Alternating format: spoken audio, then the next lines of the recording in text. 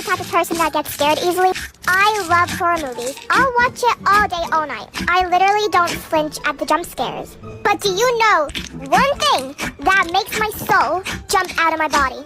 Dad sneezes. It's something about them. They make them so loud. It's so unnecessary. They literally go like, achoo! And you don't know when it's coming because it's so sudden. Like, are you trying to summon a demon or something?